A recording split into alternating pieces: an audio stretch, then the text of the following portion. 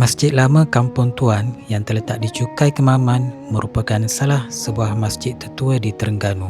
Masjid yang dibina pada tahun 1830 ini menyimpan sejarah yang amat rapat dengan sejarah perjuangan ulama Nusantara menentang penjajahan. Masjid ini dibina oleh Syekh Abdul Rahman. Beliau merupakan anak kepada ulama Nusantara yang sangat terkenal, iaitu Syekh Abdul Samad Al-Palembanggi.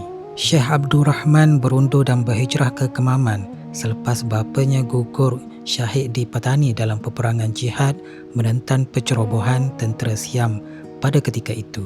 Setibanya di Cukai, beliau mendirikan masjid ini di pinggir Sungai Limbong untuk dijadikan pusat ibadah, pengajian ilmu tasawuf dan dakwah Islam bagi masyarakat Kemaman. Ketika zaman pendudukan Jepun di tanah Melayu, struktur masjid yang bertiar tinggi ini dijadikan tempat persembunyian penduduk kampung untuk menyelamatkan diri daripada serangan bom udara. Seperti kebanyakan masjid Melayu klasik, masjid ini dibina menggunakan teknik tebuk pasak tanpa menggunakan paku besi. Pada peringkat awal pembinaannya, tiang dan dinding masjid ini dipercayai diperbuat sepenuhnya menggunakan kayu cengal bermutu tinggi yang diambil dari hutan berhampiran. Ia mengekalkan identiti seni bina Nusantara dengan reka bentuk bumbung bertingkat berbentuk piramid yang mempunyai ruang pengudaraan yang sangat baik. Di pekarangan masjid terdapat sebuah telaga lama yang dibina menggunakan tanah liat tanpa kerek telaga.